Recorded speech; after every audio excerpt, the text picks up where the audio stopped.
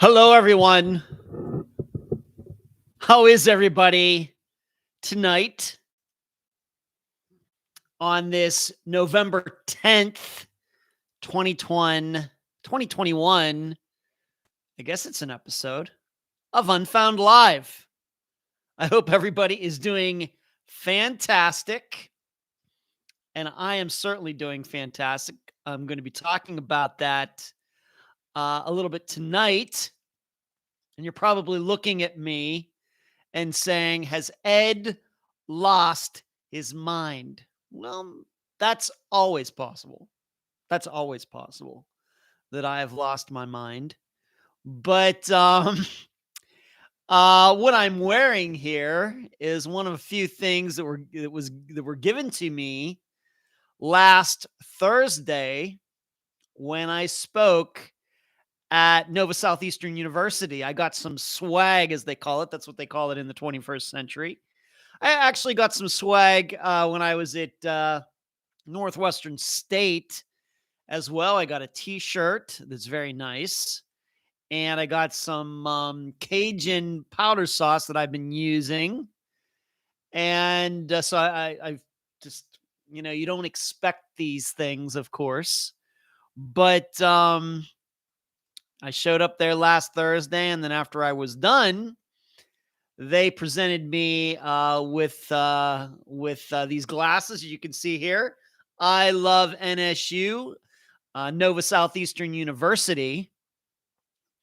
It's a beautiful campus, by the way. That building, that I'm going to talk a little bit more about it later, but the building that I spoke in was just really nice. Certainly nicer than any building that we had at the school I went to in Pennsylvania. So I got these glasses, and I also got a nice pen that says NSU on it. There it is. And I also got this bag. Abraham S. Fischler College of Education and School of Criminal Justice. It took me quite a while before I could say that the right way. And Graduate Student Government Associate, Chi Delta Pi International Honor Society in Education. I was in the Honor Society in high school. I did not come anywhere close to it in college. So it's nice to have this bag, I guess, from at least another school, I guess. Let me turn it around. So we got this from last Thursday. There we go, right there. Check it out. And then I got this little, look at this. I don't know where I'm going to put this. But their mascot is the shark. Look at this. So I got this shark because that's their mascot. It's like rubber, like plastic or rubber, something like that. Here we go. And then finally, I got, of course, these glasses I've already mentioned. And then I got an USB light. So you plug it in, and it's this little LED light or something. It's still in, as you can see, it's still in the package. I haven't tested it yet. I haven't tried it out yet, but this is pretty cool. I've never had one of these, so I'll have to see how I can use it. So there we go. And it has, it also has, it says NSU Criminal Justice on it. Maybe you can read it right there. So, how cool was that? And they presented this to me after I was done. Did not expect it. I actually got it on the video, although it's not on the highlight video. It is on the total video that is available to certain people that all got put on there. So I wanted to start. I told Dr. Telesco earlier today that I would be talking about these things that they gave me. And so I just decided right here at the beginning to show off what I received. And once again, all of it was a big surprise, and I cannot thank them enough. And like I said, I'll talk a little bit later about the speaking engagement more in depth. But these are some things from Nova Southeastern University. And now I'm going to take these glasses off because this is just weird. I don't know what I'm going to do with them, but they'll be put somewhere around here to remind me of my speaking engagement down there. But I'm going to take them off now. All right, so there you go. As I said, I hope everybody's doing well. Wanted to show you all of those things. So let's see who's in here. Fishing, screaming, what's going on? Hello, Carrie. I do have to, I'll get to something in a moment. Carrie reminds me of something. Hello, CR. Fishing says, this time has gotten my clock in my head messed up. I'm probably going to sleep, catch it in the morning. You can do that, Fishing. Hello, Kathy. Jasmine. Jill says, sup. Valerie loves the glasses. Hello, Laura. Hello, Suzanne. She's probably not going to be moderating tonight because she has something going on, but because today, I'm not going to say how old she is, of course, but my assistant Cherie, who is usually the moderator for this live show, her birthday's today, November 10th. And so she's, I think she told me that at least one of her daughters is coming in to see her, and she's getting together with some friends. And she told me that she probably would not make the live show to moderate tonight. And I told her that's fine. I'll just have to try to handle this myself. So I was very excited for her. And once again, we're not going to get into how old she wouldn't like that. But so totally a perfect reason for not being here tonight. But all of you know how much I, enjoy her moderating this live show. It takes, because my impression, a lot of live shows do have moderators, but some don't. And sometimes you need them. So I'm glad that Cherie takes some time out of her Wednesday night for a couple hours to watch out and make sure that no funny business is going on in the chat. So I will just have to do that myself tonight. So if we run into that, you're just going to have to understand for this particular Wednesday. Carrie, another one of my assistants, says, I sent her screenshots of all the well wishes she got in the group. Yeah. And the other thing is that Cherie is not on Facebook anymore. She's kind of taken a break from social media. We should all be so fortunate. And so that's why Carrie is saying she had to send screenshots, because Cherie is not on Facebook anymore. She hasn't been on there for a while. Marcus, thank you very much. You're very kind, very generous. What Marcus has done there, he has donated to the program using the super chat button, which is that little gray square with a $sign in it. Just hit that. And if your account is connected to, a PayPal account, straight to a checking account, you can contribute monetarily to the program while the live show is going on. So I appreciate that, Marcus. Thank you very much. Deeply appreciated. Cheryl says, my granddaughter's is also today. Well, how about that, Cheryl? November 10th. My sister's birthday is coming up on November 19th. My dad's birthday is December 1st. My nephew John's disappearance. It's on my mind. My nephew John's birthday is December 2nd. So I have some birthdays coming up myself. Carrie says, yeah, Cherie is taking a social media break. Like I said, Carrie, we should all be so fortunate. November 19th was my dad's birthday. Oh, how about that, Carrie? Yeah, my sister Diane, I think she's going to be 39 for like many times in a row. All right, so what's going on in Ed's life since last Wednesday? You know, I always start this off with the personal stuff, what's going on in my personal life, of course, not too personal. And as you're watching, please give this video the thumbs up. Please like it. Please share it. Please subscribe to the channel. Please hit the button so all of you are alerted when this live show does start.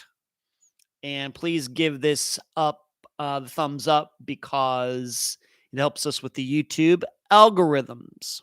That goes whether you're watching it live right now or if YouTube is still really around 100 years from now. If you're watching this, give it a thumbs up anyway. Of course, none of us will still be here, but give it a thumbs up anyway. If you're watching this in 21, what would that be? Wow, 2121. That's fun. 2121, 100 years from now, give it the thumbs up anyway. Ed Densel, I'm long gone. Do it anyway. Valerie says, oddly, all three of my kids were born in October. That is weird, Valerie. I know my friend Doug, his two kids are born I think both of their birthdays are in July, and they're both very close to each other. But I think there's 2 years difference, but they're almost on the same day. Screaming, I'll be 43 on the 17th. Screaming, I wish I could be 43 again. So, moving on. Disc golf. Played in the club on Sunday. Really didn't play very well. And I went and practiced on Monday. I went out and threw some today, made some time, kind of working on my form. I'm videoing myself using my phone and a tripod, kind of it's the exact same setup I used to film the speaking engagements I've done so far. And what I'm seeing, I'm not liking. So we're working on that. This is the time to do that because I don't have as many tournaments and everything here at the end of the year, although I have a one-dayer coming up on November 20th. But so I'm going to be working on my form. Of course, still going to see my sports psychologist every other week, so I will not be seeing her till next Wednesday. So both the mental and the physical being worked on for the pursuit of disc golf. Just one of those things. I think when it comes down to a disc golf, as far as my physical form and throwing, is that when I throw and then I watch the video of me throwing, what I think I'm doing and what I'm actually doing are two different things. It's kind of tough. Jill says I'm October 9th. Yeah, Jill, just a month ago. Okay. Carrie says my birthday is October 1st. My grandma's was October 2nd. Everybody's going through their birthdays now. Okay. Moving on. I got some, I don't know if I've talked about this yet. I've had them for a few weeks now, but I don't know if I spoke about them or not. But I got some new Egyptian cotton sheets for my bed. Now, you should know that, as you know, where I live here in this place right here, I rent. None of this, none of the furniture, this bed that's right here, the couches, the TVs, the bookcases, none of this stuff in here is mine. None of the furniture type stuff is mine. I don't own any. I used to. I've sold it over the years because I kept moving into places that were already furnished. But the sheets, couple different sets of sheets that I had for the bed are also not mine. And I just got thinking about it, and I have to admit, I didn't really care for the color of the sheets. It was like this light blue color. That's fine. I sleep, as I've said many times, I can sleep anywhere. But I just got to thinking about it, and I was like, these sheets are getting a little old here. I've washed them and everything, but I'm going to try something different. So I ended up ordering my own set of sheets for this bed that I sleep in, and they are fantastic. Of course, as you would probably expect, I ordered, I got Egyptian cotton sheets in black. I also got a set, of course, the fitted sheet, the regular sheet, and the pillowcases. I got them in black. I also got a set in red, of course, the Unfound colors, black and red. See? That was not a coincidence that I did that. And they are fantastic. There is certainly a difference, and I'm loving them. And it's important, and I don't know if I'm revealing a little too much about myself by saying this, but I made a joke about this a few months ago. If you follow me on my just regular Facebook page, where I really don't bring up a lot of Unfound stuff, but usually, for example, the blog I write for Patreon, patreon.com/Unfound Podcast. When I write, my part of an episode, of course, the part that just by myself, not the interview, but everything else. When I write that, when I write the newsletter, when I'm doing a lot of research and things I do a large majority of Unfound's work on my bed. And I think that's the reason that even though I spend a lot of time in a computer, that my posture at 51 years old is still good. I think that if I'd over all these years, even before Unfound, doing my writing and everything, had I been actually sitting at a desk at a computer and everything, I think over time, and of course, there's a lot of studies done on this, what it can do to your neck and your back and all that stuff.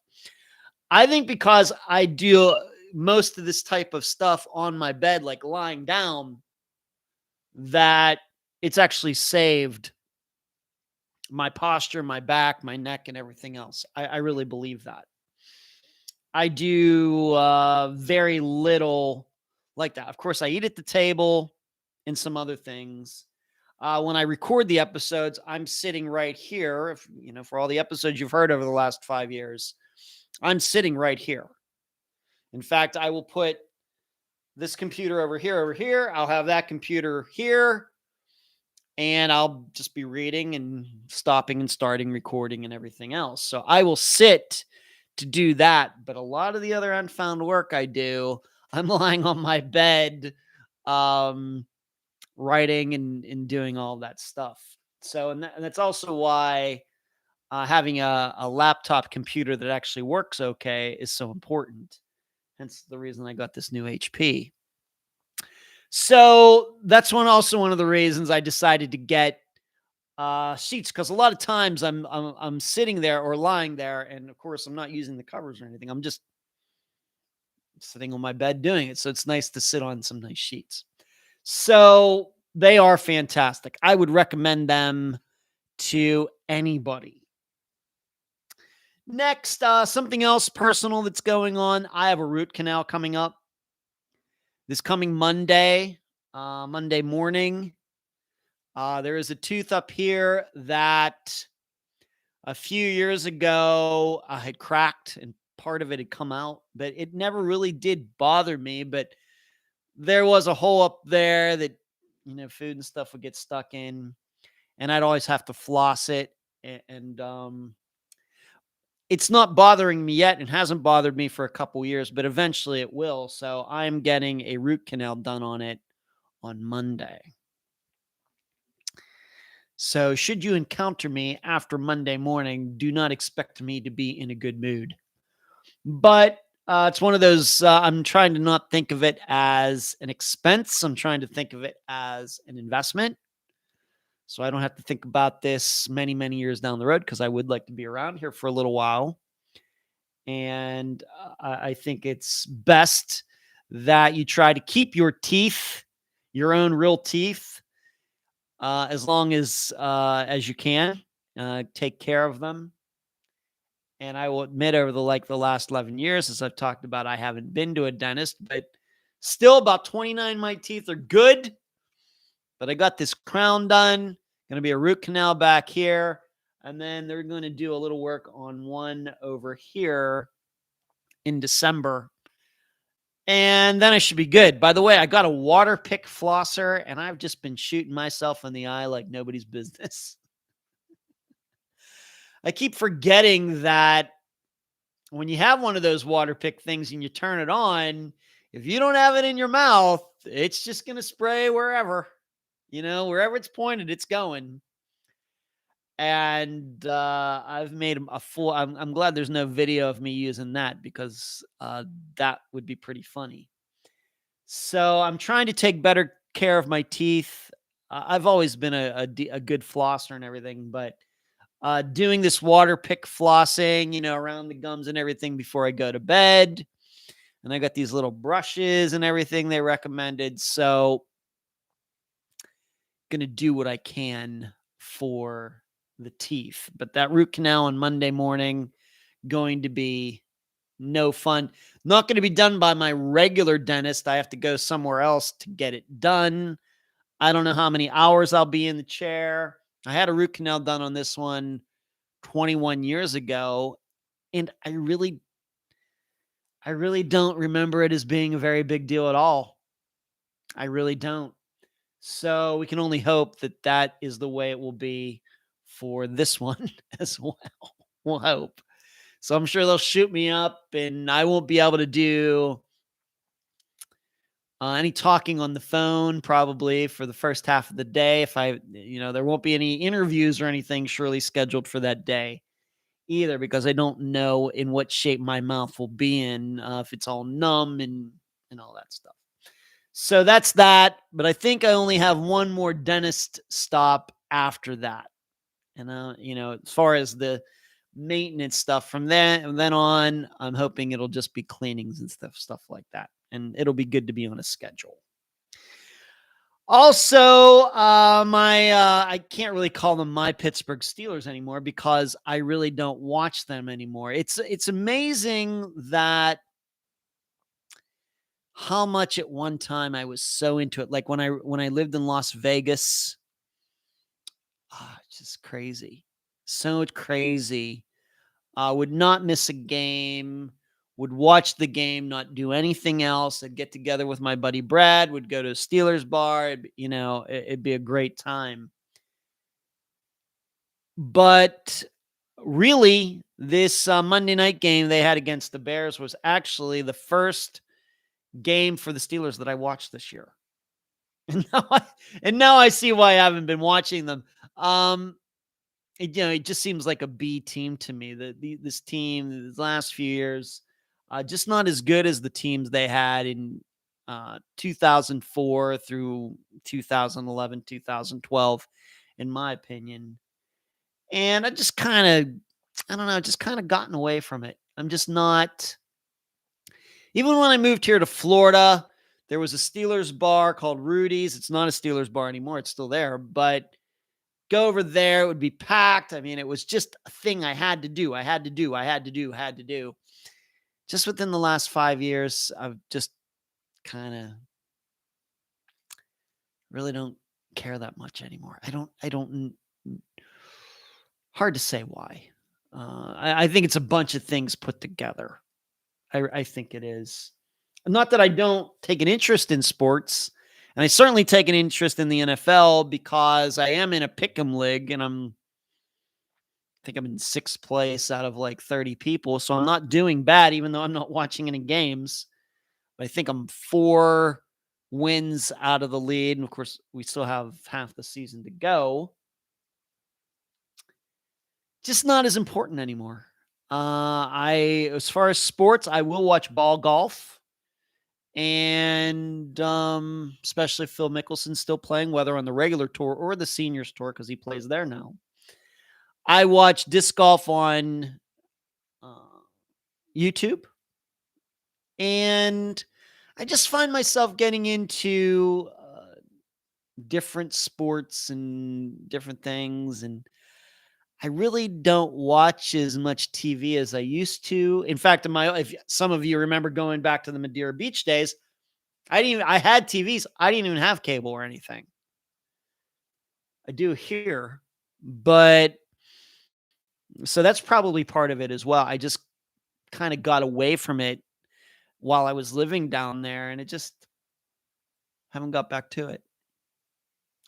So it's so strange. I'm looking much forward, even though I'm not the biggest soccer fan. I'm actually looking forward on what is it, Friday night, to watching the U.S. play Mexico and the World Cup qualifying. That sounds interesting to me. Not a huge soccer fan. In fact, I've made a lot of jokes about soccer over the years, but being that it's my country playing against its rival, and the atmosphere is electric and everything, I think that's what gets me into it. It's not really the sport itself. I don't think I'd be watching. I don't watch any other soccer except for that. Just kind of got away from it. I was following the Pirates for a few years too, but now they stink, and so I'm not taking any interest in that. It's just weird how things change over time, because it seems like yesterday I was just this huge, would not miss anything Steelers. I'd watch the game, and then I'd listen to the radio replay after it was done, and I'd read all the blogs, and I'd listen to all the podcasts regarding the Steelers and all that. Now I don't do any of it. It's just weird how things change. Hello, Linda. How are you, Linda? Screaming is reminding everyone that if you are watching, please give this video a thumbs up. Do it. Just do it now. You won't have to do it later. You won't forget. If you hit the thumbs up now, whether you are watching live on November 10th or if you're watching 100 years from now. So please do that on your device. And it's very simple. Just look for that little button that looks like this. It varies, I think, from device to device, but I think all of them look like this. So I would appreciate it. So that's some of the personal stuff that's going on with me. My dad is good. His football team, the Slippery Rock University, they're doing very well. They are in a playoff game this coming weekend that I'll probably watch that, because then it gives my dad and myself something to talk about.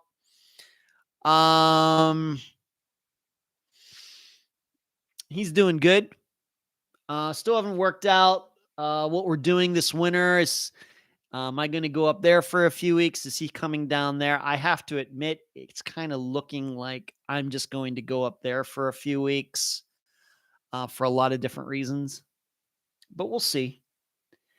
And other than that, just that's about it regarding the continue to cook on my George Foreman grill. I cooked a steak tonight that was good, and I'm really these days only eating like once a day. Know what's going on. My weight continues to be good, and I'm eating the right things, and my eating habits have certainly changed since the beginning of this year. Once again, that's one of those things that I don't know if I could have ever predicted. I was just talking about the Steelers. I don't know if like 6 years ago, somebody would have told me, in 2021, you're not going to be like care about the Steelers at all. I would have been like, what? And so I'm sure that if somebody had told me at the beginning of this year, by the time November rolls around, you're going to have a completely different kind of diet, and you're going to be cooking with a George Foreman grill, and you're not going to be eating this anymore, and you're not going to be eating that anymore, and all this, I would have said, wow. Okay, that is weird, but it's true. Fishing, my man Phil, love golf. Yeah, Phil, fishing, I DVR'd him winning the PGA. I have the whole entire last day DVR'd, not just the entire 18 holes, but all the interviews and everything after fishing. And I have it on the TV often. I have that saved, and I have it on there often when I'm doing things around the condo, even when I'm working on Unfound stuff, looking into something. I can't write and have anything going on. So it has to be quiet when I write. But if I'm looking up some things that a future guest has told me, looking for pictures, creating maps, as you know I do, I will very often fishing have the DVR playing of him winning the PGA. It's just so fantastic. It's just so good. I can't even tell you how many times I've played it now. I don't know, 20? Something, it's some crazy number. Carrie, I'm so busy I eat about once a day too, but not good for me stuff. What are you eating, Carrie, these days? Tell us. Let us know what your diet is these days, Carrie. Inquiring minds want to know. All right, let's get into the meat of this live show. As you know, I usually start with the poll that is done in the discussion group, and I love to compare it to what we've talked about in the think tank. Of course, patreon.com/Unfound Podcast. If you, hey, I'm going to have to stop there right in the middle of the sentence. Look who is tuning in. I was talking about you, Cherie. I was talking about you. I was wishing you a happy birthday. Weren't sure if you're going to make it in here or not. But everyone, it seems that Cherie is here. So if you would like to wish her a happy birthday, I'm not going to say how old she is, but please wish her a very, very happy birthday. Because I know that she had or has a big day planned. She told me what was going on, and it sounded fun. So there she is. What I was going to say, yeah, patreon.com/Unfound Podcast, as Cherie typed it out right there. This is one of those weeks where the discussion group and the think tank once again agreed. I think that happened last week too, regarding Leanne Hosberg. Similar, of course, teenage girls going missing, but in each of them, a very different theories, but both these theories being very popular by a large majority of the audience. The discussion group decided that almost undoubtedly that Alicia Markovich's father did something to her. The think tank decided the same.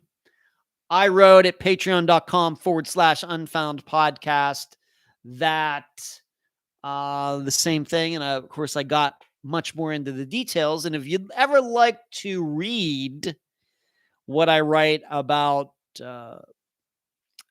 these disappearances that we cover on the Friday episodes, if you're ever wondering what's bouncing around in my head, because I think during the episodes 5 years in that I play things pretty close to the vest in the episodes, then you should become a Patreon supporter, patreon.com/Unfound Podcast. That's what you should do. If you want to see what's going on in my head, please consider it. What I did write, I can at least give you a little excerpt from that blog, is I attempted to make a comparison between Alicia's disappearance and Andrea Bowman's and Alyssa Turney's disappearances. It's really weird how they all their names start with the letter A. They all end with the letter A too. It's so weird. I just don't. It's creepy. But even in Andrea's, of course, her original name started with an A, but it ended with an S, Alexis. And I came to the conclusion that Alicia's is really not comparable to Alyssa's and Andrea's. Of course, in Andrea's, we know that Dennis Bowman, by the way, he's decided to plead not guilty. Sounds like that's going to go to a trial. And Alyssa Turney, her stepfather, Michael, has been charged with kidnapping or disappearance. But in really looking at Alicia's, I just don't know if it's similar, even though in all three of these girls' disappearances that a father or stepfather is considered to be the best suspect. It's really weird, and I write about that in the blog. So if that sounds like something that is interesting to you, then once again, you should sign up patreon.com/unfound podcast for as low as $2 a month. $2 a month. All these people wishing Cherie a happy birthday. Thank you to all of you for doing that. Cherie, thank you all. Thanks for the text messages and all the wishes on Facebook. Carrie sent me screenshots. I really appreciate you all. Very, very sweet. You're sweet, Cherie. And Jill says second-degree murder. Yeah. Regarding Dennis Bowman, yes. Yep, he wants to go have a make of it. Going to give it a shot in court and see how that works for him. And I'll be very interested to hear how his attorney's going to explain away how Andrew was buried in the backyard. I guess we'll find out. Carrie says Alexis and Alyssa both wish they would live feed trials. Yeah. Okay. So to say it again, the discussion group decided that John Markovich is responsible. The think tank decided that John Markovich was responsible. I decided that John Markovich was responsible for his daughter's disappearance. And I wrote about her disappearance and comparing it to Alyssa Turney's and Andrea Bowman's at Patreon. Moving on, the big news, I think the biggest news since last Wednesday's live show is that the Steve Pankey trial ended in a hung jury. I can say not surprised. Not surprised. And I think that if you listened to the free Patreon blog, audio blog, and writing that I provided a couple weeks ago, once in a while I will do that. And I thought that was a good time to do it because I think all of you are very interested, being that I was in the trial. What did I see and what did I experience? I think that was important to all of you. That's why I made that one free. Following it after I had already been there, as I said, I did not read any court reporting on Steve's trial until after I testified. But once I was done, I went back and read from the first story and I kept up with it until it was over. I wasn't surprised at all. Not surprised at all. The problem that the prosecution had, I'll give you the both sides of this. The problem the prosecution had is that in the trial, at least from what we can tell from the reporting from the Greeley Tribune, I hope one of these days to get a transcript of the entire trial, because I would like to take my excerpt out of it so you can see what went on when I was on the stand. They never, I don't think they even attempted to try to put Steve on Janelle Street at that time. That's a problem. And I think that was something that at least some of the jury members noticed. I think the other problem that the prosecution had was that that there was enough doubt generated about this other Norris Drake guy, even though police did look at him at the time and they did try to find his whereabouts and what time he left his house and his movements and everything else. That was enough to, also think, make people on the jury think, well, yeah, they checked him out, but I wouldn't necessarily say that we 37 years later can rule him out. They checked him out, but I don't know if we can rule him out. And as I stated way back when, 2 years ago, that what makes most sense in Jonelle Matthews' disappearance and murder is that somebody in the neighborhood did it. Not some guy who lived 2 miles away, but somebody who knew the patterns of the Matthews family, knew Janelle, could notice her, could watch her. That makes more sense than somebody who lives 2 miles away. That doesn't mean a person who lived two miles away couldn't have done it. But I don't think it would certainly, especially since not being able to put that guy who lived 2 miles away on that street at that time. So it does make logical sense that somebody in the neighborhood murdered Janelle. That doesn't make it true. But I don't think the prosecution did enough to dissuade people of that. So I think those were the two big things, the prosecution, that they had as problems. Now, why wasn't it a totally not guilty verdict? What the problems did the defense have? It just never looks good when a guy, your defendant, your client for 35 to 37 years tells a lot of the same stories over and over and over again. Then when he gets on the stand, he says, oh, no, I was making all that stuff up.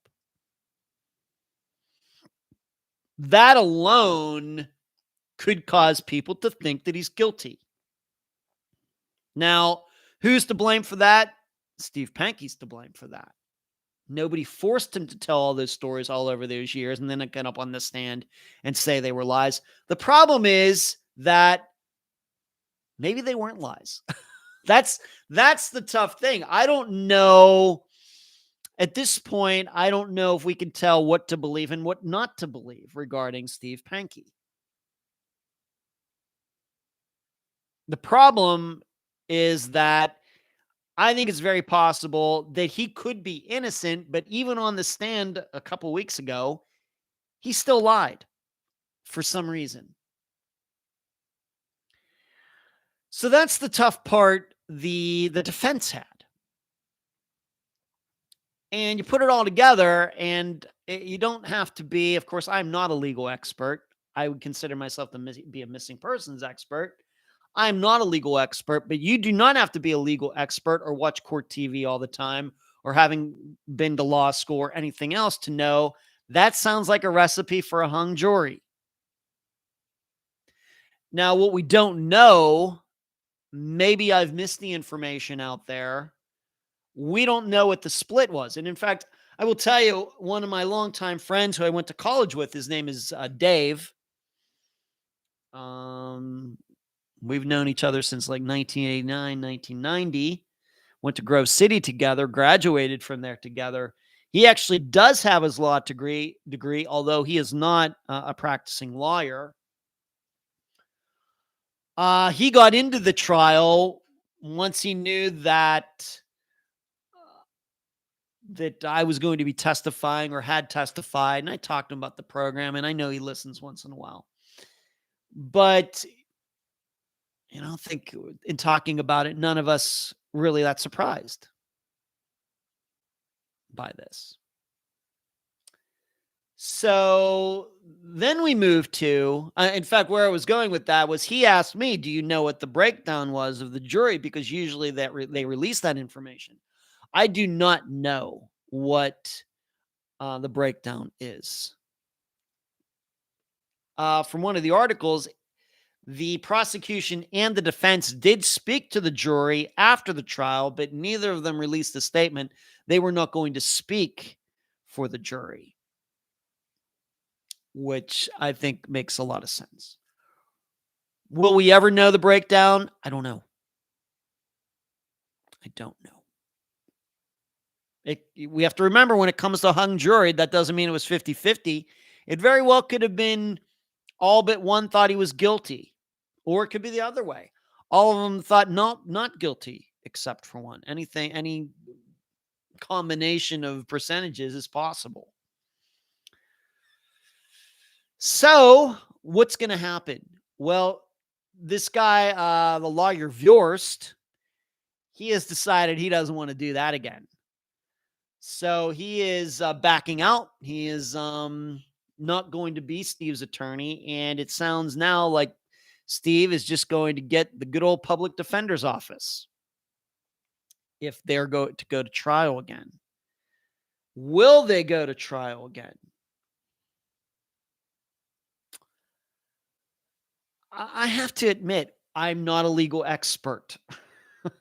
But if the prosecution is going to try to do the same thing again, I would not be surprised if they got the same result. As I've stated since I was in Colorado, I now know why the interview was important. I now know why they wanted me there, because the overall plan, the interview I did with Steve was just one part of it. One very, very small part. Small. But the point was to show that Steve, what Steve said in a variety of different places, then showing how what he was saying and what was true were two different things. And that didn't work. So if you ask me, Ed, do you think that if they're going to retry him, that they're going to ask you to go to Colorado? If they do, I'll go. I'll have to go. I have a responsibility to go. Even though I was not my definition of a good time, but it was certainly an experience, and one that I'll be able to talk about and tell other people about for a long time. And not to mention, hung juries are fairly rare. So to be involved in one is unique. And just being there, that part of Colorado and all that. It was certainly a unique experience. I wouldn't necessarily say I enjoyed myself. I was there to do something that did make me nervous. But I would not be surprised if they're going to retry him that I'm not asked to go, and they don't use the interview this time. That would not surprise me, because the interview serves one specific purpose, and I don't think that purpose, that weapon, worked the first time around.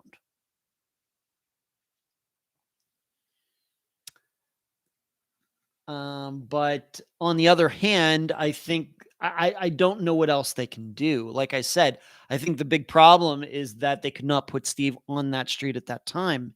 Well, if they couldn't do it the first time around, then they're not going to be able to do it the second time around.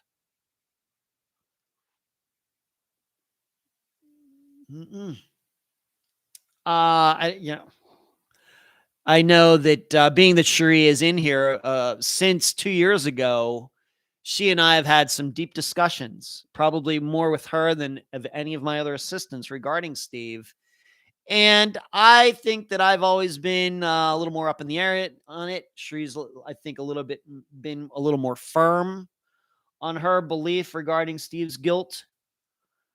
And being that she and I, two smart people analyzing this, come to different conclusions, I think that's kind of what the jury did too. Smart people looking at all the evidence.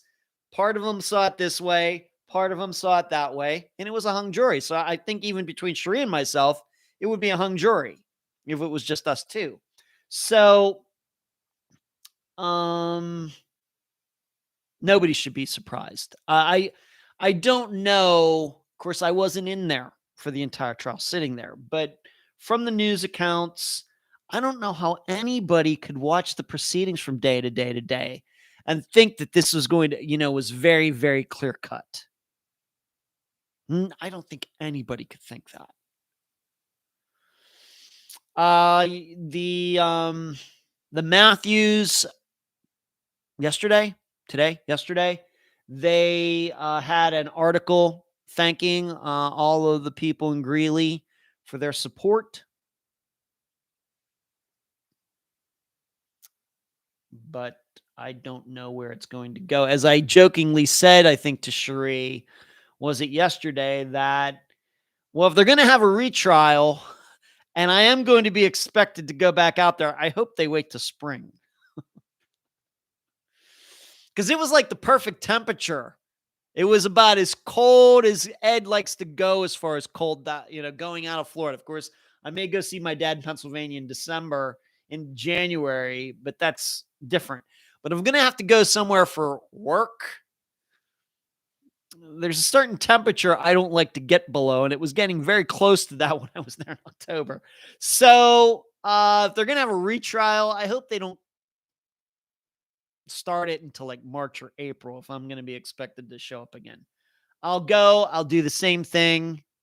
I don't know what questions they're going to ask me. Maybe all the same stuff all over again. But if that I've not gotten it, should know for the record, I've not gotten anything from them since this happened last Thursday. But if they say, Ed, we need you to come out again, I'll be like, I'll be there and I'll tell the truth. That's what I'll do. So let me read. I kind of been on going on a thing for a while. Everybody's talking about Shri. Shri says Pankey verdict representative of the group. Shri, I think you're right about that. Screaming already saying next, not going to be here next Wednesday because of you're going out to dinner for your birthday. Well, that's absolutely awesome. Screaming. Carrie says, I don't think they had anything to back up him being on that street at that time she disappeared. Yeah, that's probably another way to put it, Carrie.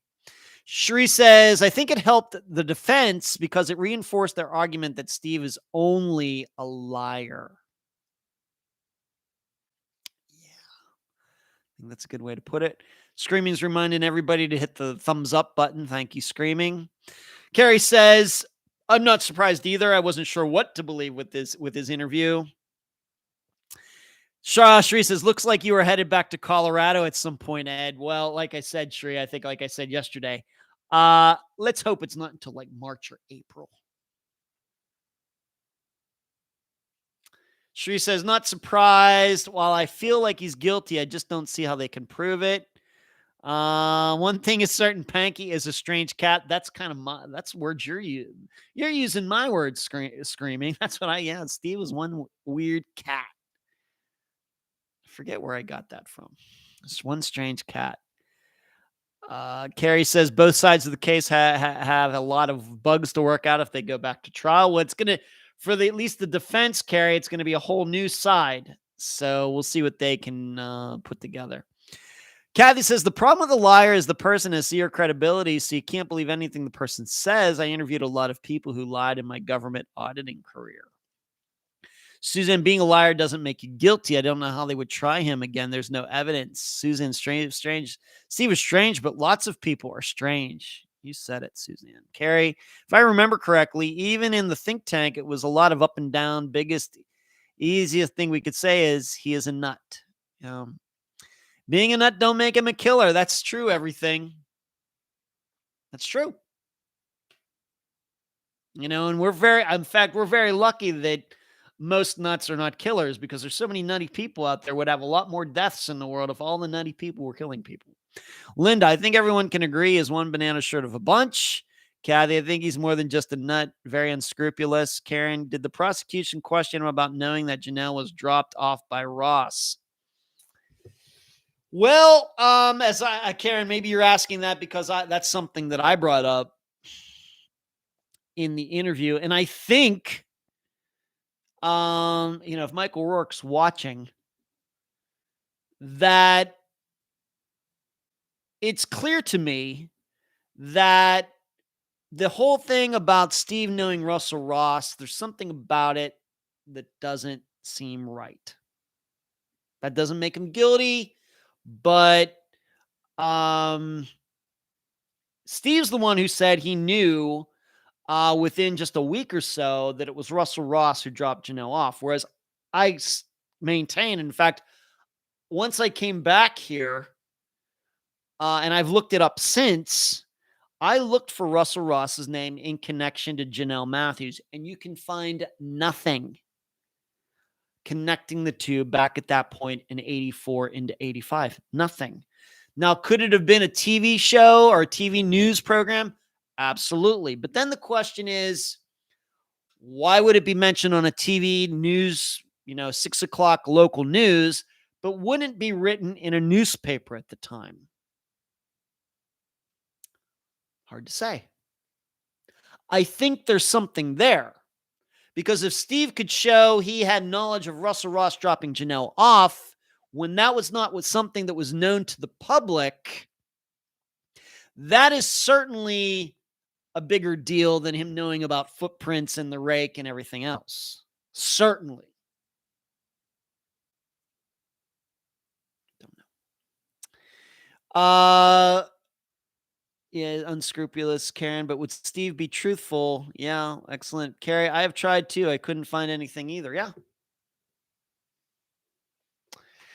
My opinion is that it wasn't known that Russell Ross dropped Janelle off for quite a long time. Now, of course, the Matthews family knew it, and the Ross family knew it, and the police knew it.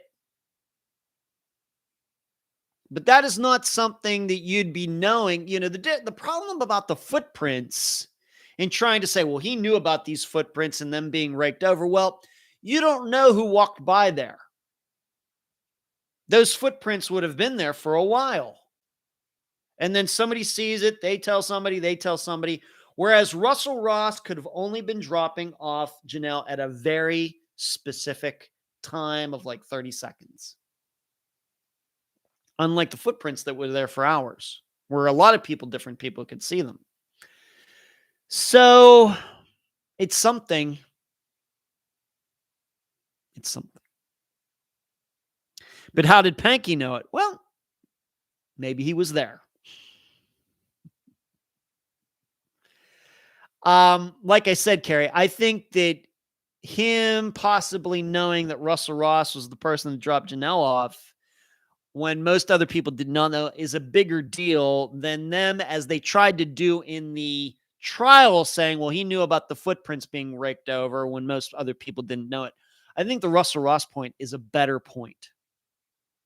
I think it's a stronger argument because Russ was only there for a few seconds, whereas the footprints were there for hours. Who knows who saw them?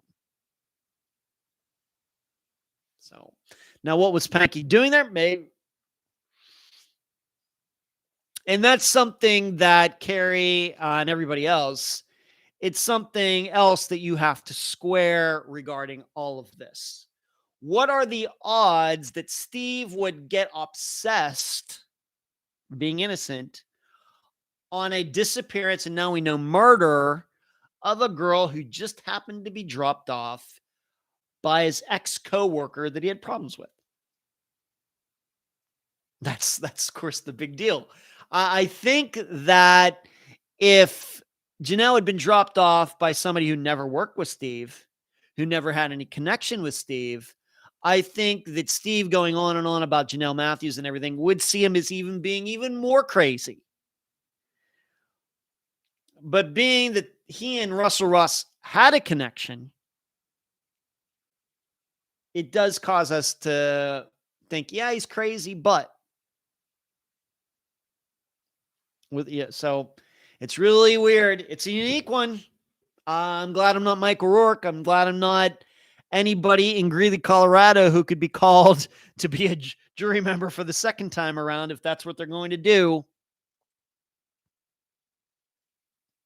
Glad I don't do that. That's why I'm in the information business and not the law business.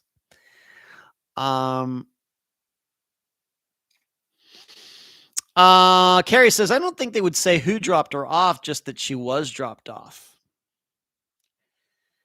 Carrie, that's my experience too. If we are to look at other disappearances and look at the news, of course, we have to look at, more than any of you, I'm the one who looks at old articles of disappearances and how they were covered at the time. Yes, they are usually very vague when it comes to those more minute details. Well, who last saw the person? Who dropped that girl off? Who was the last coworker? For example, Crystal Morrison. Well, who was the final coworker who saw her before she walked off? She walked off. Nobody knows that. I still don't know that. I don't think I've ever known that. So I think it is common that these types of people are left out of the news. But Steve was trying to say, at least in the interview I did with him, that yes, Russell Ross was mentioned during some newscast within that first week. That is not my experience, all with all these other disappearances, but maybe it happened. I have access to newspapers back at the time from 1984 and 1985. I'm going to guess there's at least one or two newscasts on YouTube, maybe from Janelle Matthews, covering Janelle Matthews from 1984, but that's surely not all of them. So I guess it gives Stephen out. However, these news stations, they save everything. They could go back and check local news. Did anybody ever say Russell Ross's name between December 20th and the beginning of January in any of their newscasts? You could go and check that if somebody has the time. They save all that stuff. It's not the first time someone has accused Steve of being inappropriate either. That's true. Was he crazy back then, or did he become crazy after? Granted, we're using crazy in layperson's terms. In the trial, they tried to discredit all that.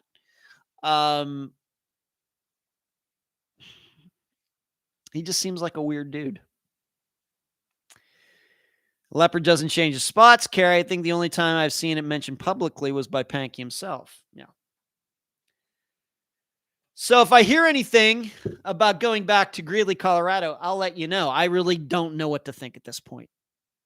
I don't know if they will find the interview and myself useful the second time around or not. I don't know. That's a decision for them to make. I will do whatever is expected of me. And hey, maybe the defense calls me instead. Now that would be something. All right, let's move on. Nova Southeastern University. I had a fantastic time down there. For those of you who tuned in late, I was wearing these when the show started. And at the beginning, I showed off all the swag that I got from Dr. Telesco and her assistants while I was there. I was wearing these glasses when I hit the go live button tonight. I had a great time. I thought the presentation went very, very well. I felt good that I was able to get to the final part of the presentation about some solved disappearances, Esther Westenbarger's, Zoe Campos, Crystal Morrison, something that I did not get to them up in Northwestern State. I simply ran out of time. I tried to manage my time a little bit better, although it should be known that we did run over down there at Nova Southeastern, so that helped. It was a great venue. Some of you maybe who have watched the highlight reel that is now on the Fischler College YouTube channel, I'm hoping you have watched it. If you haven't, you should. Great venue, kind of a theater feel. The lights were a little dimmer. I didn't use my microphone this time because the room was not that deep. It was just wide. And everything worked. The technology worked well. Got to cover everything. I think that I did better this time than I did the first time. That's nothing against what I did at Northwestern State, but I'm hoping with each presentation I'm going to get better. So, got some great questions from the students when I was done. I just don't know how it could have gone any better.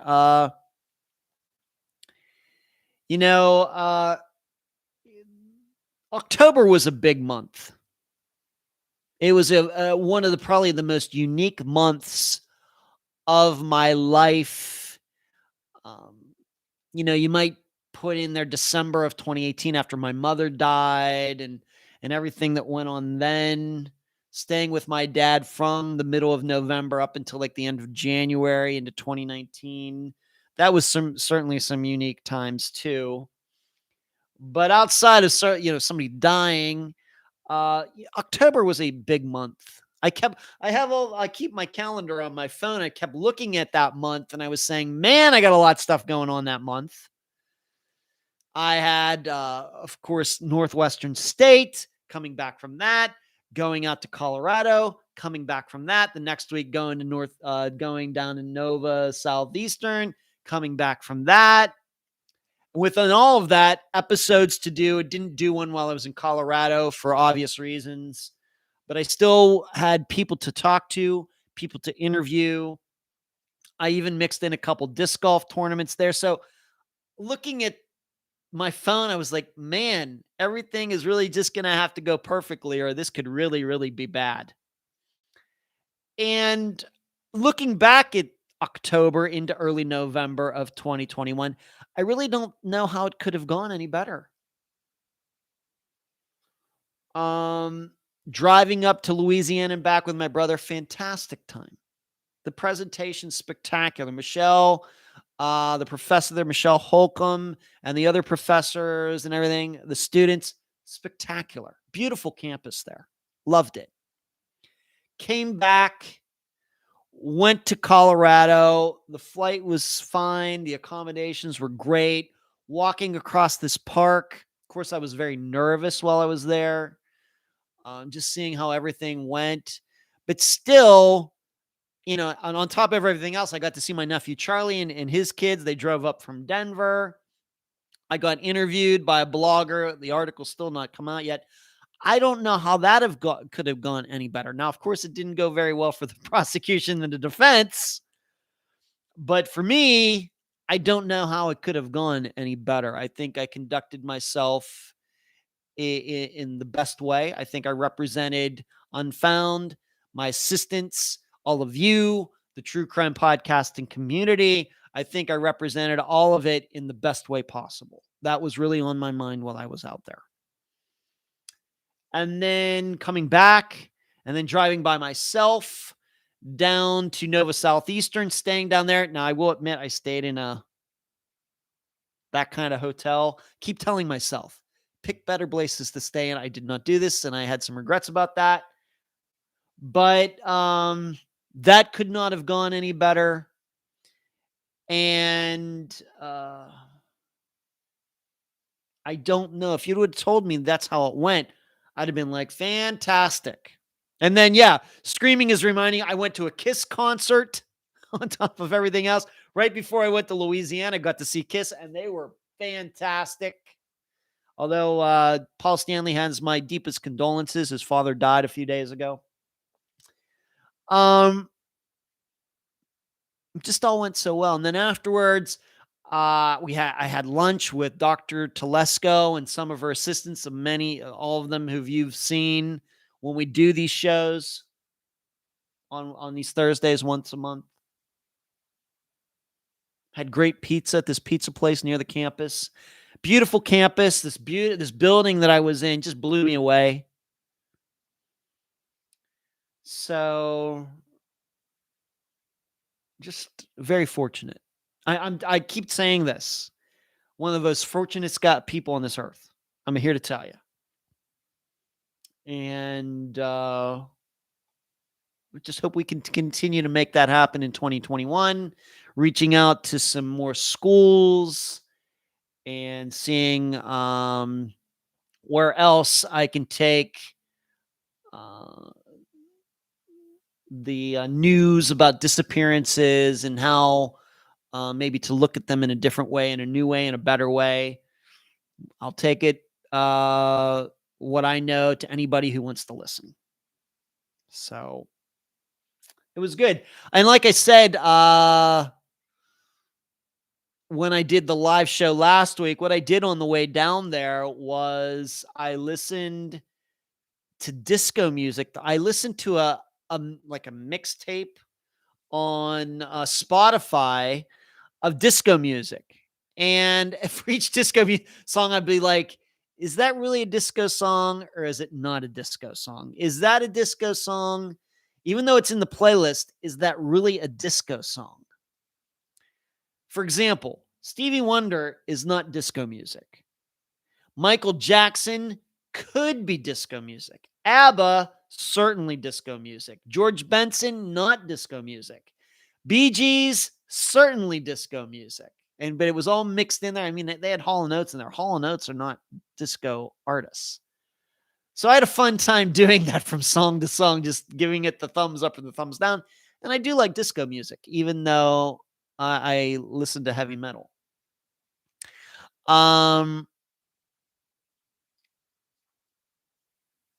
Everything says, good job, Ed. Your presentation was unreal and very professional. Everything. Thank you very much.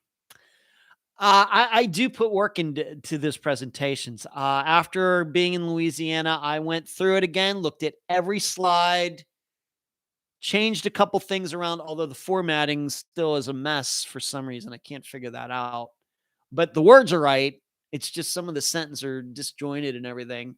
But I did tweak it a little bit, and I'll continue to do that. But I took nothing for granted, even though I had done the presentation twice already.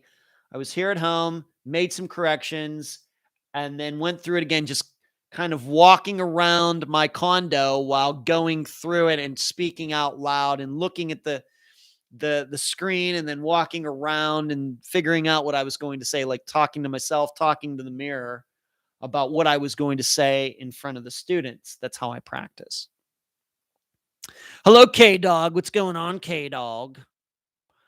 Sheree says, we're all very proud. Well, thanks, Sheree. Thanks. Screaming says, Frank Zappa, certainly not disco. Screaming, certainly not. Alice, hello, Ed. Good to see you, my friend. Hey, Alice, what's going on? Good to see you. Moving on. Of course, there's Tom Brown news. Of course, there's Tom Brown news.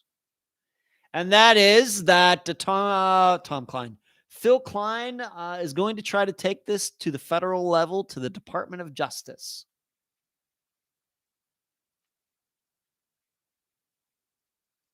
No. I don't know what to tell you anymore, people. I really don't.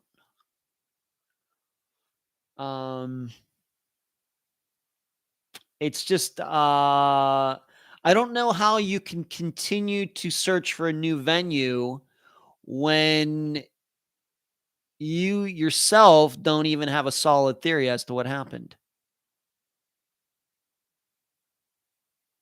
No, this is, getting back to the Steve Pankey.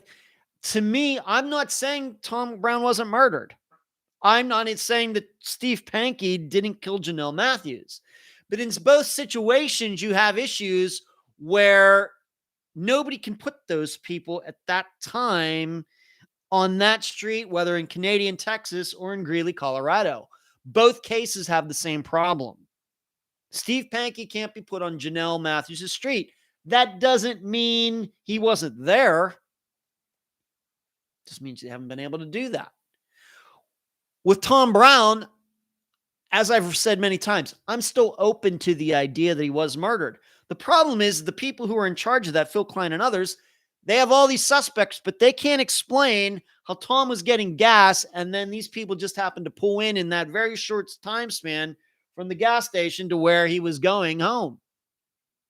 Did they just happen to run into him? Were they following him? Did somebody see him and text them and say, hey, you were looking for Tom Brown? I just saw him at Frank's. Nobody knows. No news whatsoever about any of that. Whether it's the former football player who's in jail, who claims that he was throwing games, or it was Michael Castletine, or any of these people. It's the same problem. All sorts of theories, but no facts on how to put certain people in areas at certain times. But they're going to take it to the Department of Justice. We'll see. Here's what I think I know. I think that the Attorney General's Office of Texas, they are better investigators than Phil Klein is. That's what I think. I think that is factually true. That doesn't mean Phil Klein is wrong. That doesn't mean that the Attorney General's office is right. I don't believe that the Attorney General's office has just blown this off. I think there's proof they've put in hundreds, if not thousands, of man hours into this. And there's just no proof that he was murdered. That doesn't mean he was or wasn't. But it just seems to me that this is kind of shopping around for somebody that wants to go along with something that there's just not a lot of factual basis for it. No matter what that presentation said a few weeks ago. Seems like it was yesterday, but it's like 3 weeks ago or something now.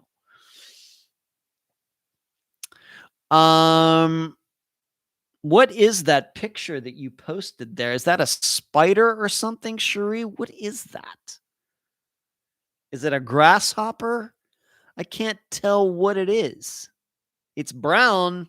What kind of picture? It does look like a spider, but I don't know. Sabrosa, do you know if Tom Brown's family is supportive of this? Yes. Anytime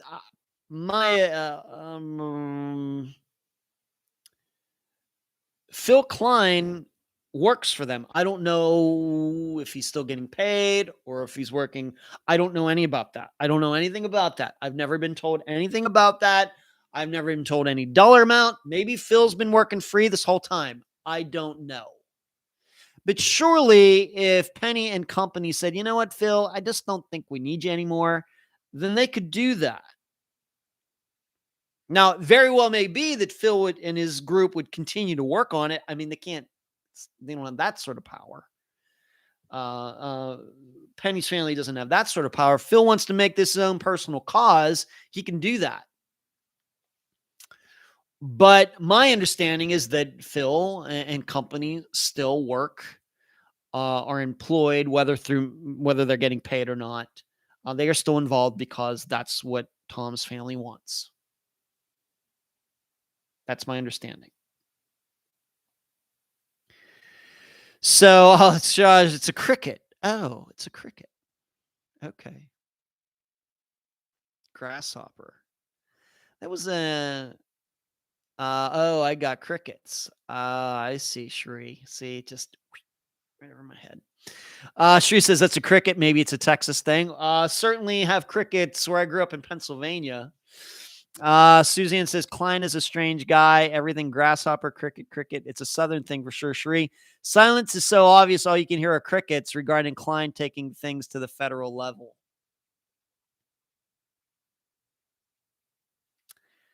I think I stated this last week or the week before that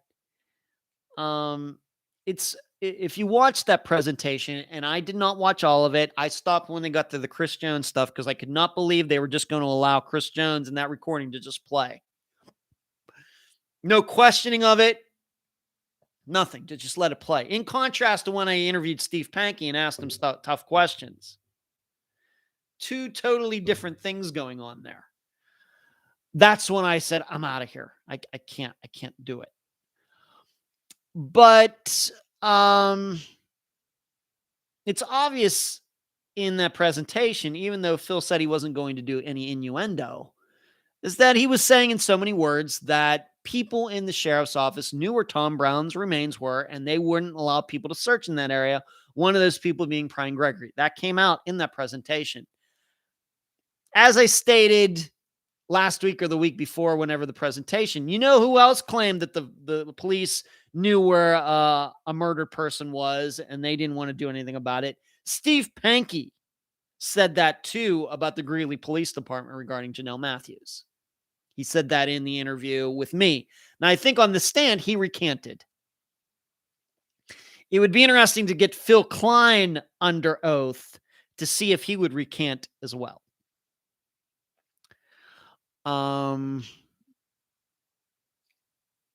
K-Dog just working, Ed, just listening to you. Well, thank you, K-Dog. You keep working, and I'll try not to distract you too much. So they're going to try to take this to the federal level. The tough part about everything else is that this is not a new disappearance anymore. I mean, yes, it's young in Unfound's world, where the average age of a disappearance we cover is like 18 years old, and That's going to be that number's going to be going up, I think, over the next few weeks. Because we're certainly going to be covering a disappearance from 1981. That in 1980. So it's young in unfound terms, but this is now a disappearance and death that's coming up on 5 years old. That doesn't help. Doesn't help. Do I think it's crazy? I do. And even I say I'm still open to the ideas, but I'm going to have to see more facts than the recording of a kid who's in jail, who's a felon and a criminal, cooking up stories about how he was throwing games, over money and stuff. It's crazy. And Phil Klein even admitted he didn't even look into any of it. Here's what I can tell you. That if something like that were ever to be told to me by a guest, one of two things would happen. One, it's so outrageous that I would never allow it to be in an interview. Or two, I would look into it and try to figure out if this has any basis in fact at all, allow at least part of it to be in the interview, and then we talk about it in factual terms. Well, here's what we did. I looked into this, looked into that, found this, found that, found some proof, didn't find some proof. Those are the two different things I would do. Something that was that outrageous. Tom was sitting in a chair and he took the blind, or he had goggles on or something and took it off. And it's crazy. It's crazy. Carrie says, not to mention they were not losing games. So what games did they throw?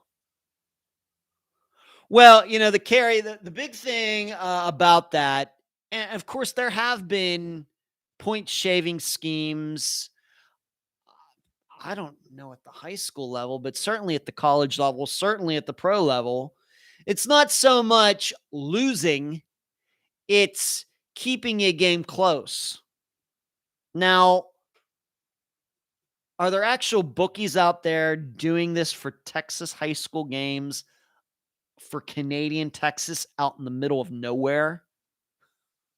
There's some bookie that's figuring out, well, the point difference, the spread should be 7 points. And so some football player is going to get paid to, make a fumble so they don't win by more than 7 or something. To me, that sounds insane. Why? Because I just don't see many people betting on Canadian football games. As we know, a lot of people bet on college football and college basketball, obviously. A lot of people bet on pro sports, of course, as well. And so there's a lot of money there. And then you can understand why there are schemes that pop up once in a while, because there's a lot of money to be made. I don't think there's any money to be made betting on Canadian football games, to the point where you're throwing games and everything else, and point shaving and everything else.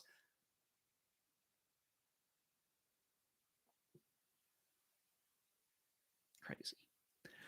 So I think, Carrie, it's more along the lines of point shaving than actually losing, but it's Chris Jones who used the term throwing. So moving on. You should know, all of you know, of course, just within the last couple months, we covered the disappearance of Brenda Sika from Georgia. And I thought you'd all want to know that I guess a person we might call a suspect in her disappearance. I think many of you were suspicious of him. I don't know if there's any facts to support that, but it certainly makes sense. One of a few different possibilities for her disappearance. If you remember, his name was Jim, that he was married, and he was the guy who found this apartment allegedly for Brenda, and that's where she was living, and he was paying for it. Maybe that's ringing a bell for all of you now. He died. Right around the time that the episode came out, his health started to deteriorate. I'm thinking it was just a coincidence. I don't know if it was COVID or something, but it sounded to me what Brenda's sister Carrie was telling me, that he had not really taken care of himself very well over the course of his life. And he is now deceased. So, if he did know anything about Brenda's disappearance or was even responsible for it, it's too late now. Thought you would want to know. And I had been told, I think that I knew that he was sick even before the episode came out.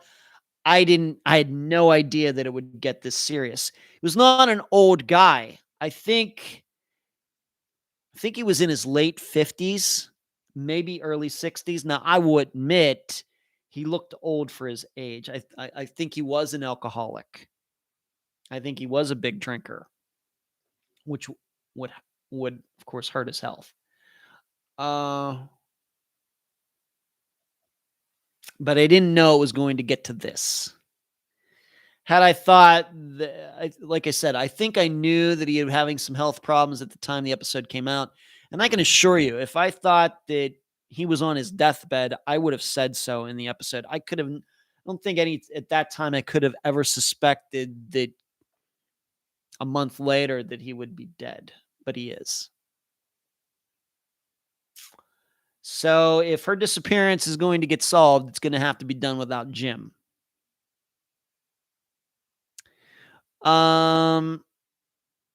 Carrie says Friday Night Lights put a huge black eye on Texas high school football. Carrie, I didn't think of shaving points though. We'll have to ask a friend about that.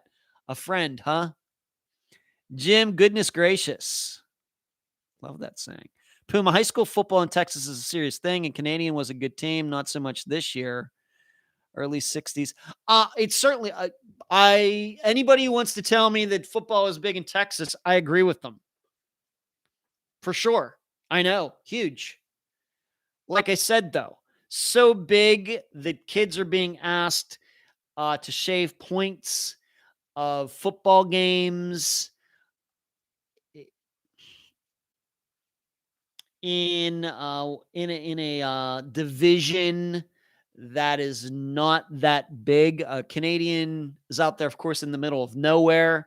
Their high school is not huge. I will even say, if this was Houston, if this was Dallas, city teams, these huge high schools where a lot of these players could go to the pros and end up in the pros and everything, then it's more popular and you get more people interested and more eyeballs are on it and the games are being played on TV, and maybe somebody does come up with the idea of betting on the games and starting some spreads and things like that. Totally possible. I just don't think it was happening in Canadian Texas to the point you start throwing games. And I know about I know about big time football. I'm from Pennsylvania. From Western Pennsylvania, where we had Mike Ditka, Dan Marino, Joe Montana. They're all from that area of Western Pennsylvania. Hall of Famers. Gronkowski, he didn't graduate from a Pittsburgh high school, but he played some of his high school career in Pittsburgh. So, and Tony Dorsett from Western Pennsylvania. A lot of Hall of Famers. So I know all about big time football, although I did not play it. So I get that. I just don't think that that's applicable to Canadian Texas.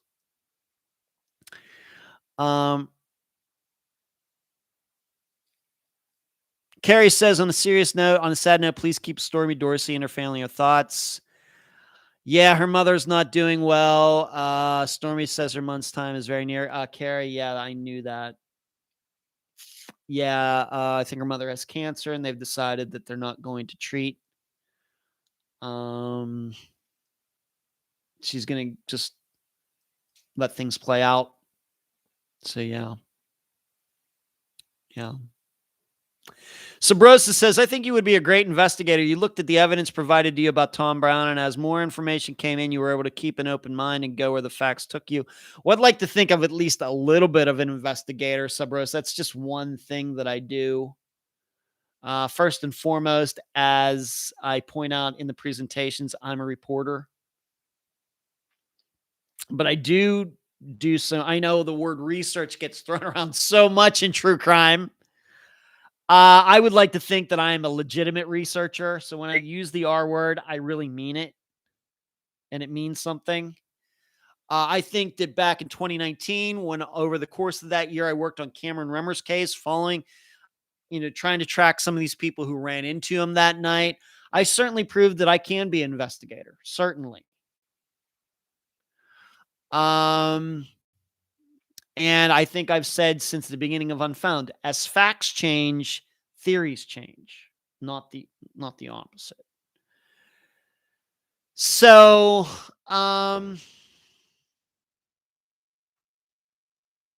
I don't ever want anybody to think regarding Tom Brown that I have a firm, although I did write about it in the Patreon blog at the time. I would not say that I have a firm theory on this. So it's not like I'm necessarily opposing Phil Klein because he thinks Tom was murdered. I'm not doing that. I've opposed Phil Klein because I think his methodology sucks.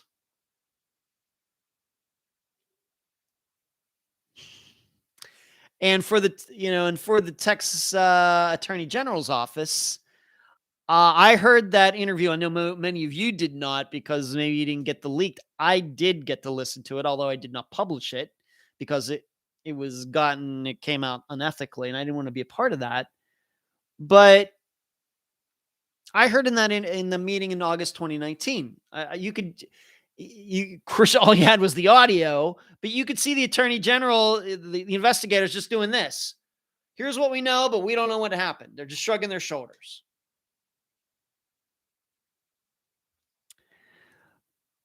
Fred says, I see your point. Carrie, I have to say you have to fully experience Friday night games to fully get that football in veins of every Texan. Well, Carrie, you should go to Pennsylvania.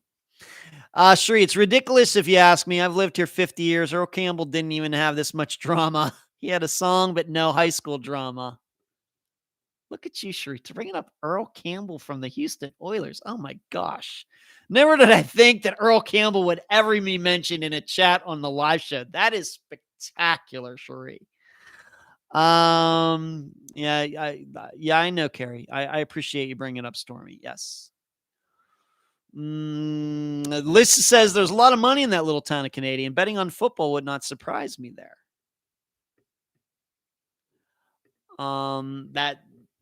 That may be, Lisa. I just don't know what a lot of money means. A lot of money compared to the money in, I guess it's all relative.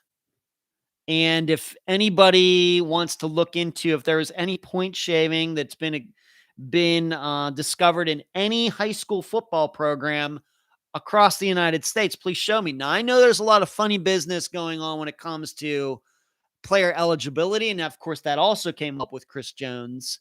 I know that goes on for sure.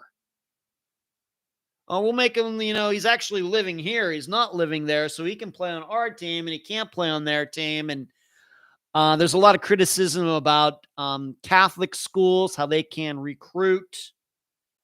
That goes on a lot in Pennsylvania. But I would certainly love anybody to send me any stories from any state in the union where it was discovered that players were throwing games and point shaving in high school in football. I'll take a look at those stories. If you send them to me, I'll read them and I'll give you a judgment on them. And then I'll try to compare that to what Chris Jones is saying. I still think that Chris Jones is completely 100% full of it.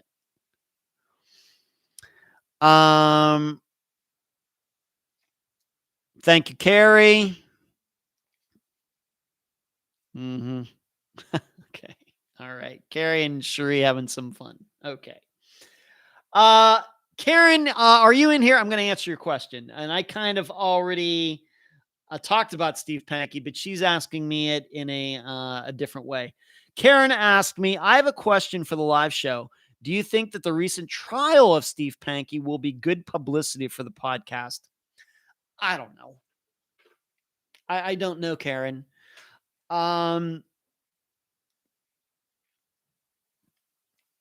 It's certainly not bad publicity, I don't think. I don't do things in the vein of thinking about publicity, only publicity for the disappearance that we're covering that week. I just, Karen, the tough part to gauge is I don't know how many people followed it. Granted, the opening arguments were on court TV. And for a while on their website, you could click on it and it would take you to that page. I don't know the status of it now. The issue, Karen, is I think that there's some other trials going on right now that are quote unquote bigger. And so I don't know. Hey, anybody that runs across the trial, my name or Unfound, they're going to find it in there somewhere, even though I was only there for less than a day, technically on the stand, and I didn't say much. So I think from a standpoint, Karen, of if they do run doing it, this podcaster was on the stand in the Steve Pankey trial. Well, what did he do? Why was he there? And then they get to see or hear the interview I did with him. I certainly think that is good publicity for the podcast from a quality of work point of view. Now, whether that translates into more shares and more downloads and more likes and more listeners and everything, I have no idea. But the publicity that I care about is more and more people finding out that we do excellent work here, to the point even that a prosecutor in Colorado noticed it. That's what, to me, is good publicity for the program, the quality of the program. And as I talked about or wrote about recently, I think in the newsletter, not too many podcasters, as much as true crime is getting covered by many people, there aren't too many hosts that are ending up on the stand for the work they did in a trial. They're not ending up in a trial because the work they did was seen as being important. I think I'm the first person to end up on the stand in a trial, big deal trial in quite a while for a podcaster. So I think that should tell people something. So is that good publicity? It's good publicity. It lends even more credibility to the program that I think the program should have credibility anyway. But if there was any doubters, they can look at that. That would be my answer. There's Marlene coming in, everyone. I know it's late, been a while under the weather today. Well, I'm sorry to hear that, Marlene. Any publicity is good publicity. I wouldn't go that far. The last thing I wanted to do was show up and make an idiot of myself on the stand. That surely would have been bad for everybody. So, although bad publicity might be, any publicity is good publicity in certain things in life. Like if you're a movie star and you've been out of the limelight for a while and something happens and you're back in and suddenly you're hot again for something stupid that you did. I guess it works in something like that, but I certainly would not take that attitude with what we do here. Jim is supposed to be an investigator, requires critical thinking and problem solving and also keen eye. Jim, I think it also has to objectivity of not being afraid of saying, you know what, I think I got this wrong. I think I'm going to have to rethink this. It requires that too. because certain facts are going to tell you certain things and other facts are going to tell you something different. That's why I said, as facts change, theories change. The problem is that people collect facts and they get an opinion, but as more facts come in, they don't change their opinion. That's the problem. So all those things are important, but I think you have to have the courage to admit when you're wrong and thinking, you know what? And I've done that. And I think I did that in the last newsletter. I will take responsibility, at least a little piece. Did I just say that? A little piece for the craziness that has become Tom Brown's death. I think I contributed to that, not meaning to, in 2018 in the coverage of it. I don't know how I would change anything, but certainly I put more eyeballs on it and certainly stirred some things up. But I also know in retrospect, probably if we were to cover that disappearance again, if his remains hadn't been found, probably the coverage would have been at least a little different. And that's as much a factor as me changing, having more experience, as with anything else. And I said that the problem is, Jim, is that a lot of people have also contributed to this, the spinning of this rumor mill and everything else, and they're not apologizing for anything. They're just keeping it going. G-Man, high school betting in a small town would be busted so fast, plus no money to be made for a bookie that's looking for a profit 1%. I know, of course, I lived in Las Vegas. I did a little betting while I was there, G-Man, but that would be my insight too. Where's the money to be made? Screaming says local Greeley news article mentioned you. More than once, Screaming. That is true.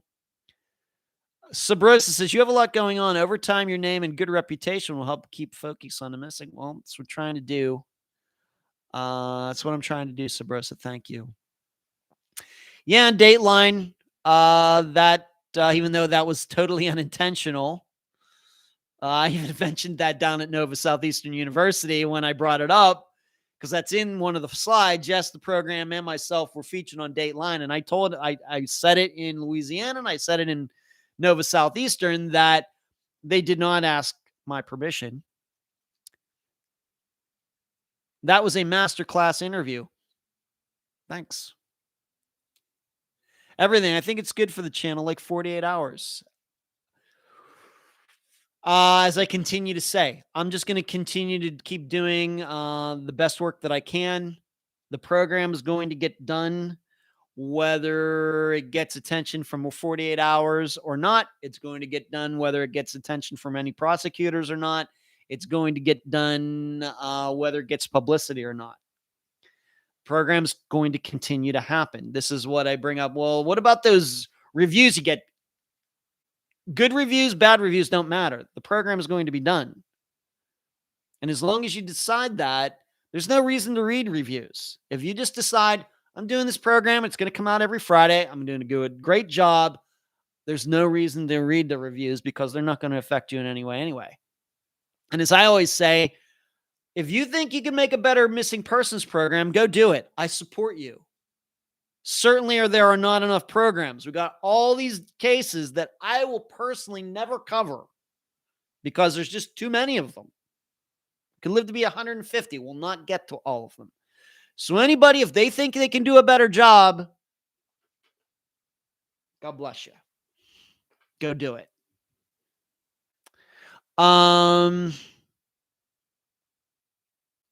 Marlene says, feeling better that I'm enjoying a small amount of ice cream.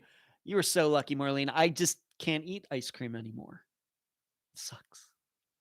I'm a little bit lactose intolerant, and man, I've been trying to stay away from the sugar. But what kind of, Marlene, you got to tell me, what kind of ice cream is it? Lisa, Tom Brown's would have probably been solved by now if she could have hired you instead of Klein. Well,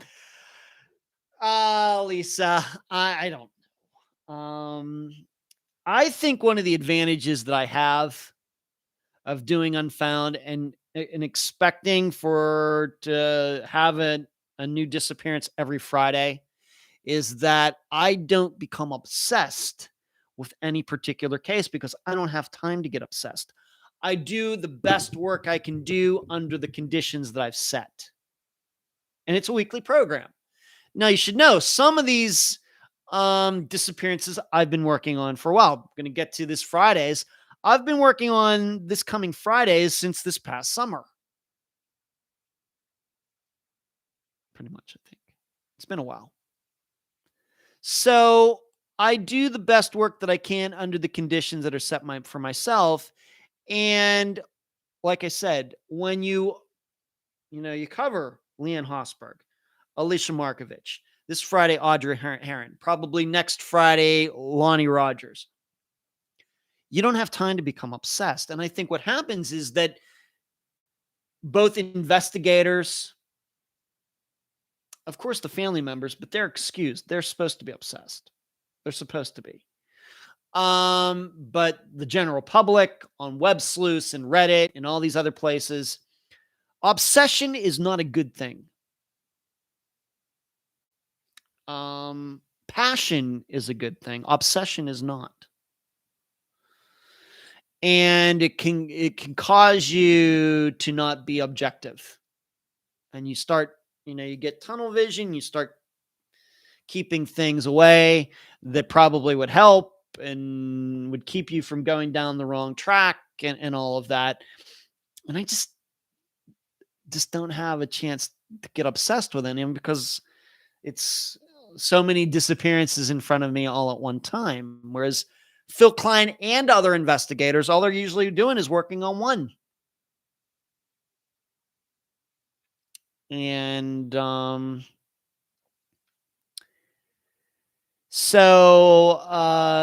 and that's not a trait that is unique to any.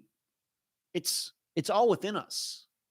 We all have the possibility of becoming obsessed with a disappearance, with a person, with our job, with this, with that, and none of it's good. Even being too obsessed with, being healthy or being skinny can lead to anorexia, bulimia, and all of that. If you become obsessed, as I've stated many times, we need water to live, but if you become obsessed with water, you'll probably drown.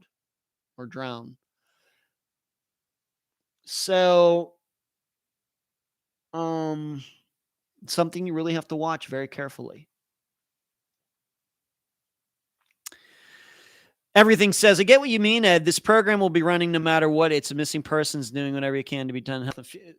This is why everything, as I've told some people who wanted to start programs in the past podcasts, the first thing you do is don't read the reviews.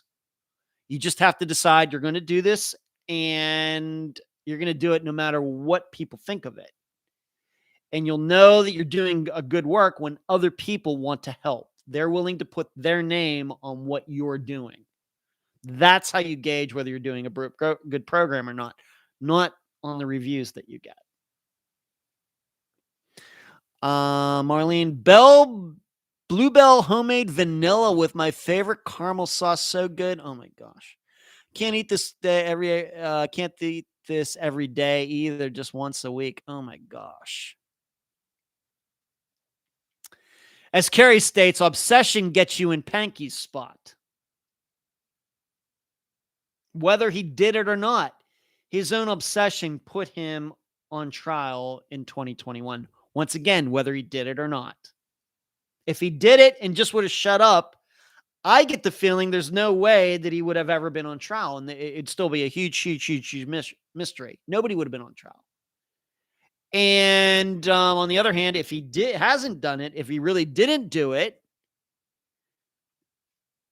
the reason he was on trial is because he just wouldn't shut up. He did become obsessed, for sure. Okay. I have to tell you this real quickly because Cherie sent this to me as a text earlier. Remember a month ago, 6 weeks ago, I talked about how remains were found in New Hampshire, not far from where Mara Murray wrecked her car. And some people were saying, well, this could be her. This could be Mara. This could be Mara. Not Mara. News came out that they were certainly human remains, but doing some sort of carbon dating or something, whatever they do scientifically, they estimated that those remains had been there, had gotten there either between 1774, yes, going back to pre-Revolutionary War days, up to 1948. So certainly not Mara. So the search continues. And one interesting news item, in fact, should this disappearance not be solved by the end of this month, or maybe I might push it off until December, this disappearance of Heidi Planck from Los Angeles. She went missing on October 17th. She was at her son's football game. She left at halftime. Later that evening or that night, her dog was found on like the 28th floor of a condo in downtown LA, but she's still missing. Her car is still missing. That is a disappearance that I'm keeping my eye on as a possible Unfound Now episode. Not sure quite what to think at this point. Been throwing around some ideas with Cherie. But if you haven't heard about it, you might want to check it out. I do know that there's a very, very long discussion on it going on websleuths.com right now that you might want to check out. Heidi Planck, last name Planck. That certainly it seems at this point a unique type of disappearance. Marlene says, I see her doing Audrey Herron this Friday. I'm so looking forward to this one. I have for over 17 years on and off. It's such a baffling case. Good day from Australia. M. Ashton coming in. Wow. It's so crazy. I still don't know if I'm used to it. People coming in from halfway across the earth. I just don't know.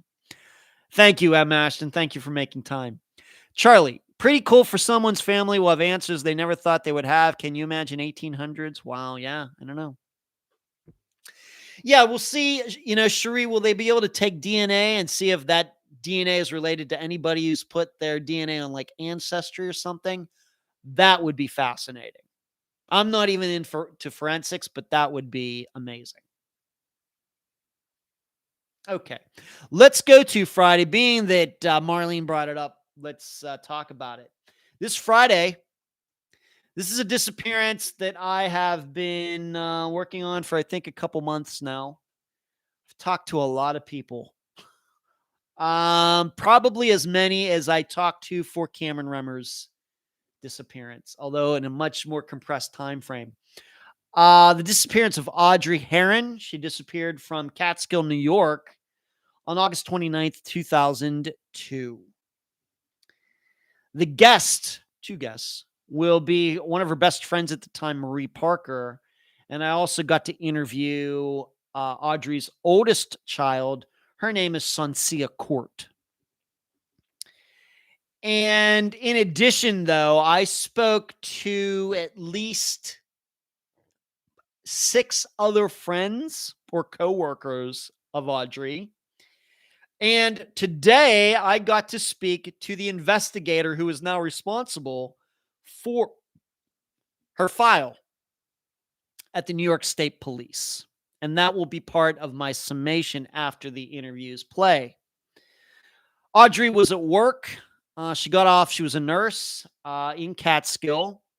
She got off work at 11 o'clock. She walked out to her Jeep. I got to speak to the woman who walked with her out to the parking lot that night. Audrey got in her Jeep, drove away. She should have been home 20 minutes. She lived at a freehold address, so about 20 minutes away, about 14 miles. Never made it home.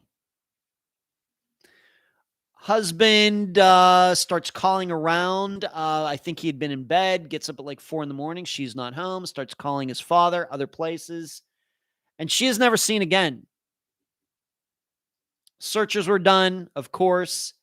Did she drive off the road? Did she swerve to miss a deer? Did she roll her vehicle? Did she get carjacked? no record of her or her vehicle ever appearing again. And, but there is another side to this. There was a statement made by her father back at the time that when he did go over to her house where she was living with her husband, Jeff, that the father claims he walked in and saw Audrey's ID, cigarettes, and some other things that she would have had with her at work. So the question is, if she never got home, what were those things doing there? We're going to hear in the interview, in the summation, I asked the investigator about that. I'm not going to get into it now, but I did ask him about that, and he gave me a response to that.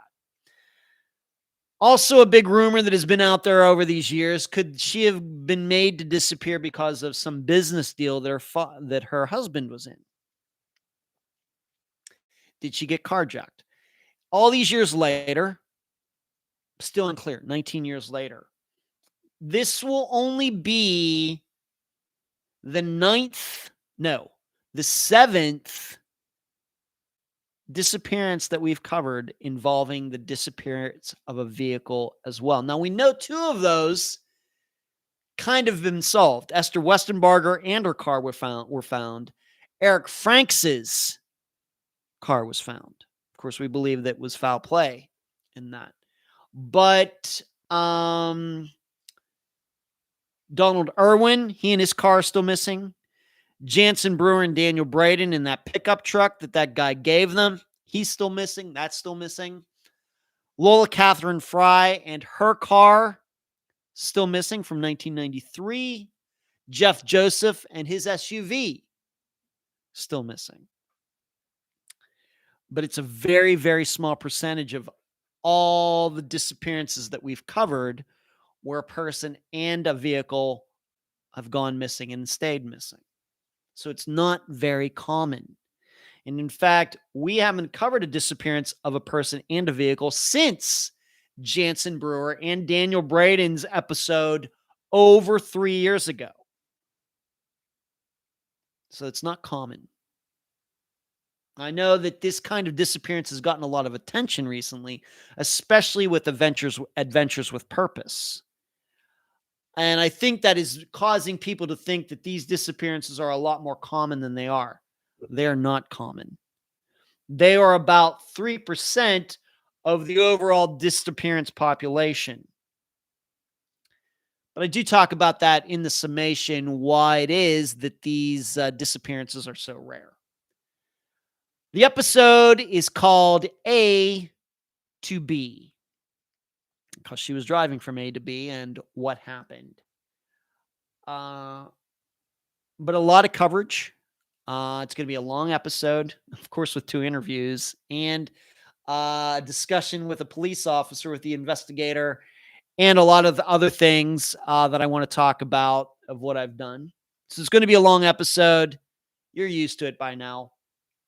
Audrey Herron, August 29th, 2002, from Catskill, New York. The guests are her best friend, Marie Parker, and her daughter, Sonsia Court.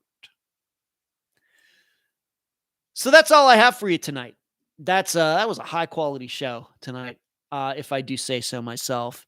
Kathy,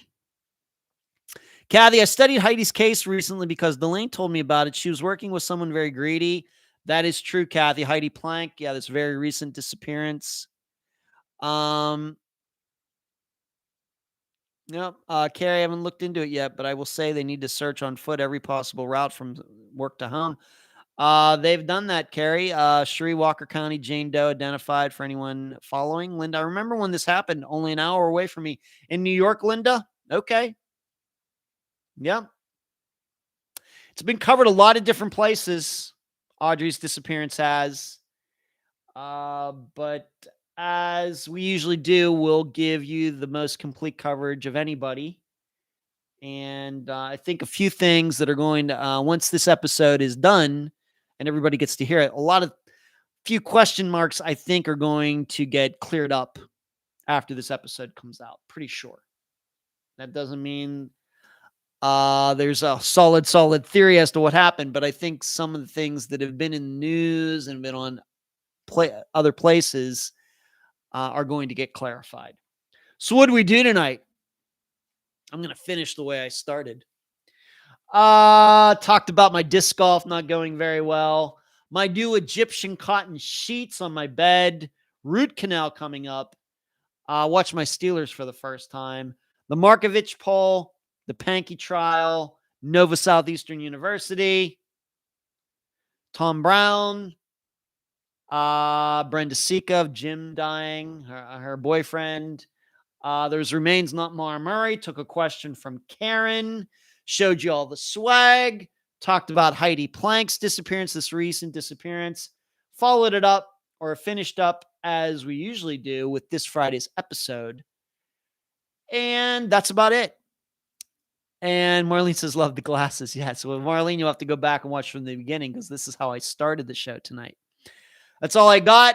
Thank you all. Thanks for tuning in. Even to M. Ashton, who tuned in late from Australia. It's crazy. Keep your head on a swivel. Remember, these are the golden years. Good night.